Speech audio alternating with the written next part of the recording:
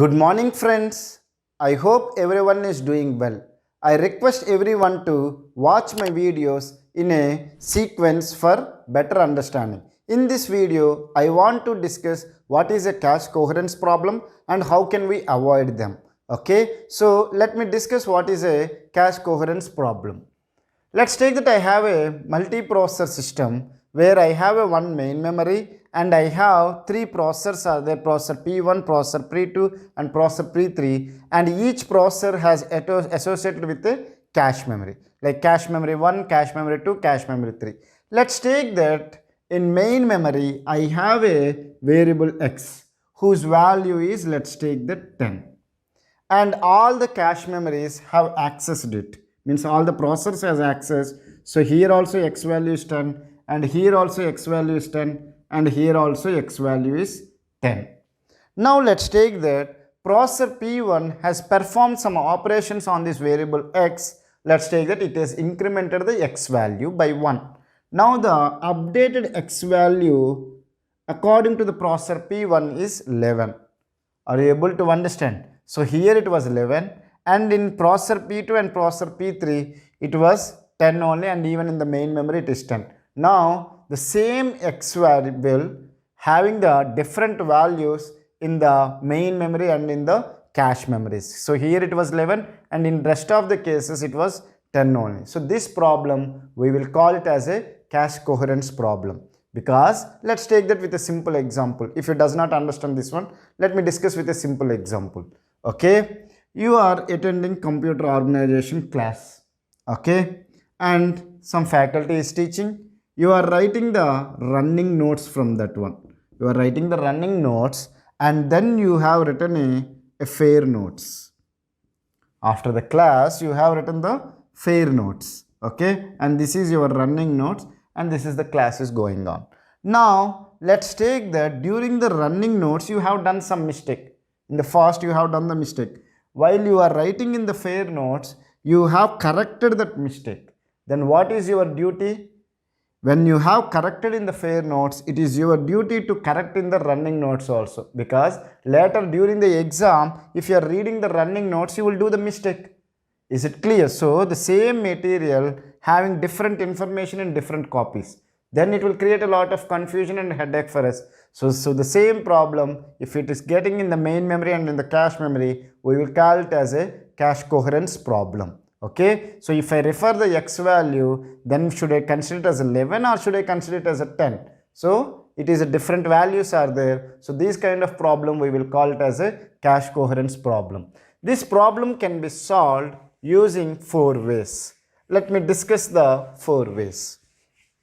Okay, one is that we have write, update, write through. Okay, write, update, write through, then write, update, write back. Okay, then we have write invalidate, write invalid, okay, then write through. Then you have write invalid, write back. Okay, these are the 4 techniques. Using them you can solve this cache coherence problem. Okay, let me discuss each one in detail. Before discussing these things, let me discuss what is the write through policy. Then I will discuss write back policy. Then I will discuss the write update and I will discuss the write invalidate. Then I will discuss all these combinations. First let me discuss write through. Okay, now listen carefully. During the write through policy, if you are updating any value in the cache memory, then you should also update that information in the main memory also. Are you able to understand? If you are updating any information in the cache memory, write through says that you should update parallelly in the main memory also. I hope you have understood write through. Now if I update 11 here, I should update here also 11. That is what the write through policy says. Now we will discuss what is the write back. Write back policy says that you have updated one of the word in a particular block. Am I right? In a cache memory, you will have certain number of lines. In each line, you will have certain number of words. Depends on the word size and the line size. Now, if when you are bringing from the main memory, you will bring the entire block. Am I right or wrong? So, inside the block, you are changing a particular word. Then you will not update automatically here. Whereas in write through, you are updating parallelly here also. But when I will update in the main memory, I will update in the cache memory. Is it okay? But when I will update in the main memory is that you have read the replacement strategies. When we will use the replacement strategy, the cache block replacement strategy, whenever the cache is full, then I will use the cache replacement strategy. We already discussed that we have FIFO and LRU, LFU, all these strategies. So, using any of the strategy, if the cache is full, if you are replacing this block, is it clear? Then you need to update in the main memory. Are you able to understand? Write back strategy says that you have updated the value, then you will not update automatically here. When you are replacing this block with some other block, then you will update the value. So that is the write back strategy. Now let me discuss what is write update strategy. Write update strategy talks in terms of the cache memory with respect to other cache memories. The write through and write back strategies talks in terms of main memory and cache memory. Now write update and write invalidate will talks in terms of a cache memory is updating, what will happen with the other cache memories. Now write update strategy says that if you are updating any value in any one of the cache, then you need to update in all other caches also. Are you able to understand? Update means when you are updating or modifying a value in the one of the cache, you need to update in all the remaining caches also.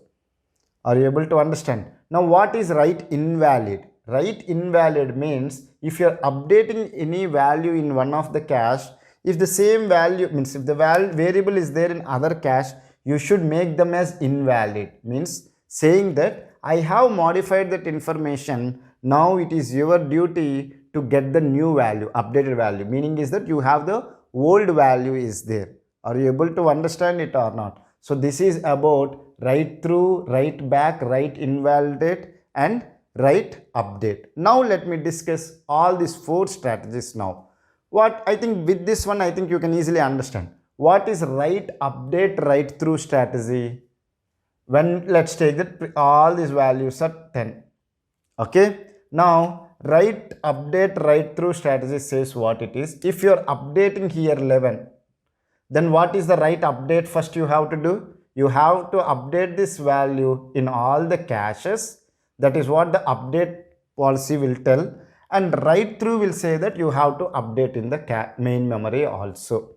Then what is the value in everywhere? It is 11 only. Whether any cache coherence problem is there? Not there, because all these places have the same value 11. Okay. So I hope you have understood how I have discussed the write update and write through policy. Now we will discuss write update and write back strategy. Now if these values are 11, 11, 11, now if I am modifying this as 12, let's take that this value I am modifying it as a 12. Okay, if I am modifying this information as a 12, what is this write update will do? It will update in other caches also as 12, 12. Okay, now what is the write back policy will say? Whenever you are replacing the cache, means whenever you are replacing this block from the cache, then you will modify it. Are you able to understand? Okay, suppose now you can say that, sir, you just applied the write update and write back was not done. Meaning is that the cache is not full yet. All the blocks, still some blocks are free. Then what you have to do?